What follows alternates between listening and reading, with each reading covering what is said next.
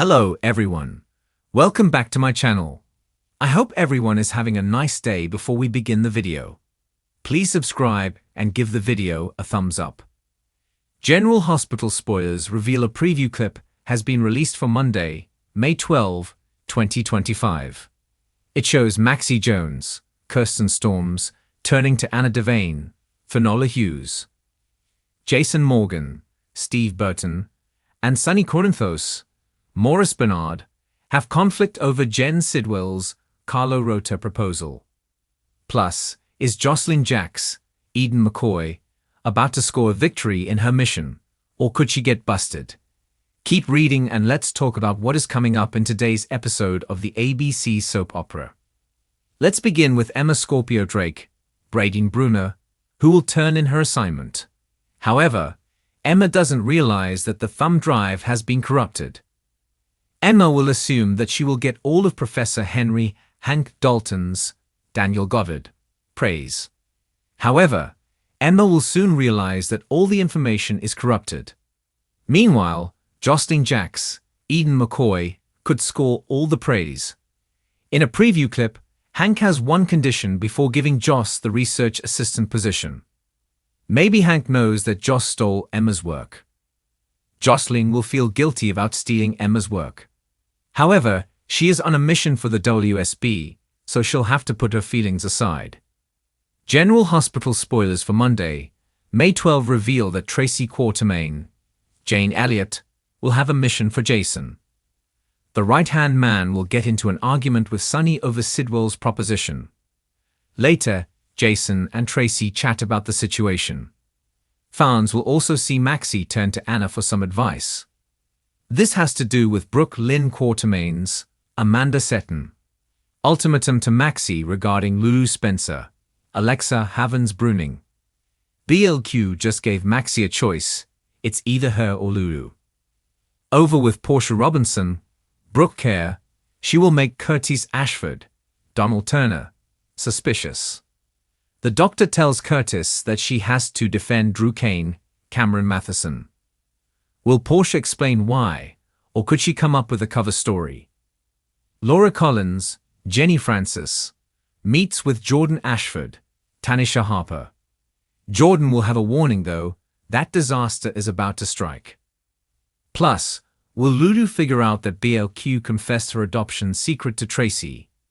In any case, Lulu is on the hunt and won't stop until she finds the truth about Brooke Lynn and Dante Falcone's, Dominic Zamprogna, child, so stay tuned. Which storyline are you looking forward to seeing the most? Port Charles is on edge, and as the preview video for May 12 reveals, everything fans have feared is coming to a boil. Jason Morgan and Sonny Corinthos, once brothers in arms and bonded through blood and loyalty, are rapidly unraveling at the seams, and this week may mark the point of no return. The air between them is thick with suspicion and pain, and in a town where loyalty is the currency that keeps people alive, Jason's return from the dead was supposed to be a miracle, but now it's becoming a powder keg. Sonny's paranoia has skyrocketed ever since Jason reappeared in Port Charles, alive and guarded with secrets he refuses to share. And after weeks of unanswered questions and backdoor moves, Sonny makes the call. Jason is no longer to be trusted. The preview shows Sonny confronting Jason with a level of anger we haven't seen since the AG days. There's no calm between them anymore. No space to rebuild. Sonny's mind is filled with whispers from enemies pretending to be allies and allies to suddenly feel like enemies. Jason, cool and steady as ever, insists he's not working against Sonny, but Sonny's gut is telling him otherwise. What Jason hasn't told Sonny might be more dangerous than anything he's ever admitted. And fans now know Jason's been working under secret orders tied to an off-book WSB mission that may have involved turning Sonny into collateral damage. What Jason saw while he was presumed dead changed everything. He came back changed. His allegiances shifted.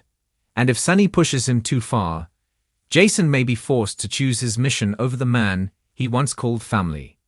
And Sonny, if he smells betrayal, won't hesitate to strike first.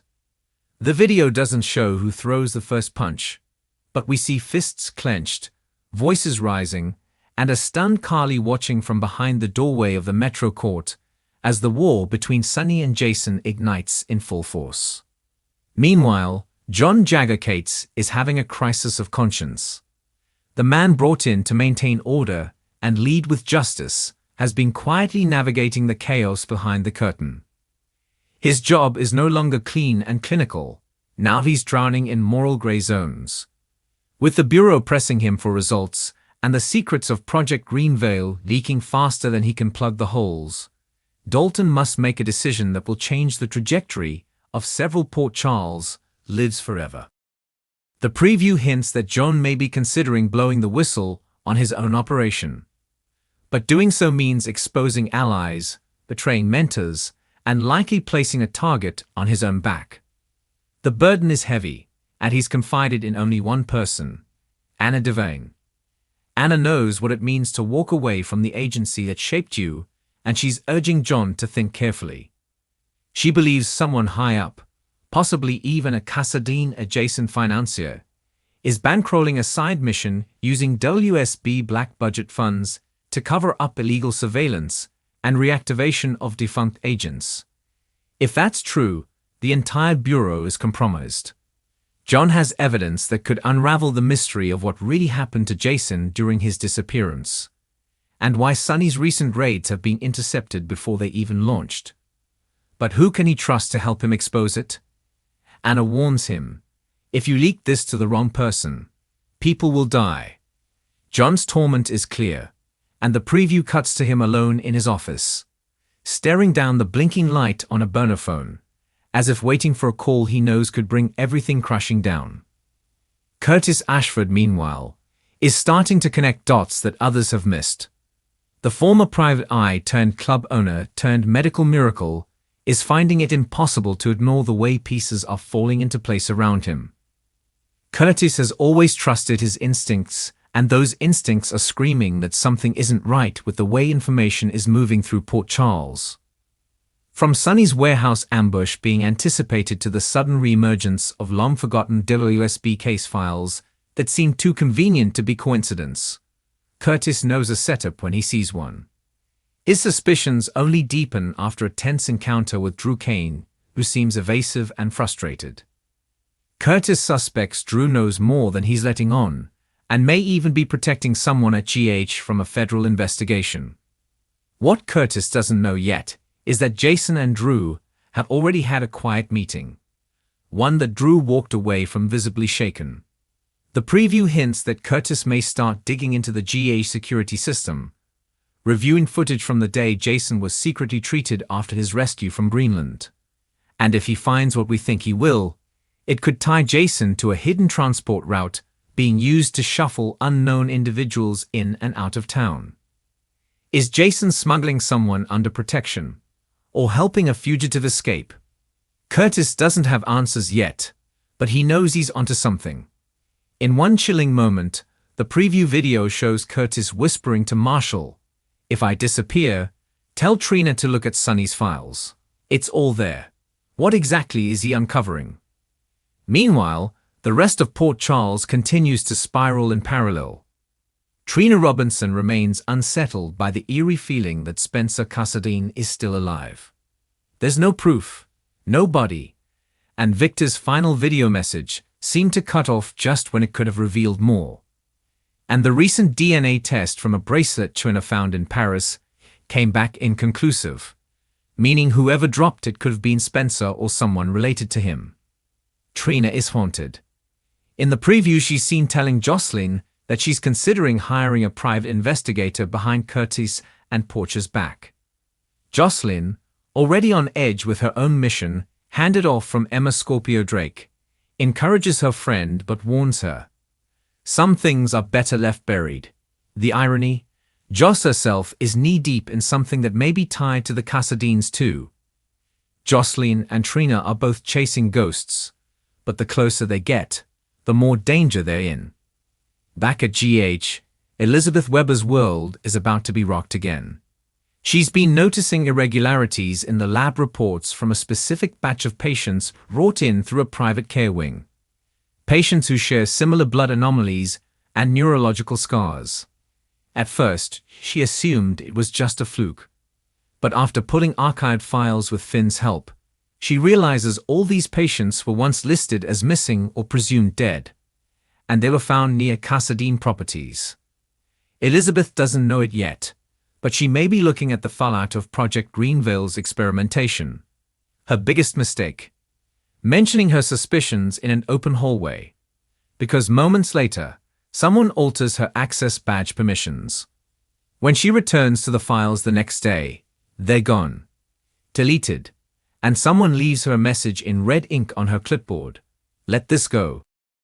Elsewhere, Carly Corinthos is spinning from the fallout of her fractured relationships. She's watching Sonny spiral, she's watching Drew spiral, and she's watching Jason pull away again. Her worst fear is coming true. She's becoming isolated from all the men she once trusted. But Carly is a fighter. In the preview, she confronts Jason directly at Pier 55. "Tell me the truth. Not the version you give Sonny. Not the version you give Drew. Just me." Jason's expression is stone. Carly's eyes fill with tears. Something passes between them, unspoken and unresolved. It's the kind of moment longtime GH fans know will ripple for months to come. Then there's Ava Jerome, who continues playing her cards carefully. She has been aligning herself closely with Sonny in recent weeks, trying to help manage his paranoia and soothe his worst impulses. But Ava's not just doing it out of loyalty. She's protecting something or someone. The preview cuts to Ava in her penthouse holding a folder labeled K. Is it a file about Nicholas? About Avery? Or something even darker, like a backup dossier she created on Sonny's business partners, in case she needs leverage? We don't yet know. But we do know that Elva is moving money into offshore accounts again, and she's wearing the same look she wore just before she torched her life the last time. Ava's up to something. The only question is whether she's protecting herself or preparing to make a deal with the devil. The preview ends with a chilling series of rapid shots. Curtis walking alone through the hospital basement toward a locked door.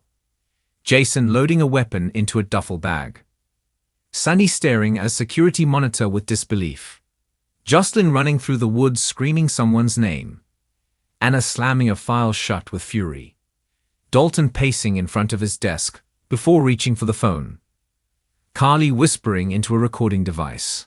And finally, Dante, sitting alone in the PCP bullpen, replaying a message he received from someone unknown that says, "Oh me, your father isn't safe, and neither are you."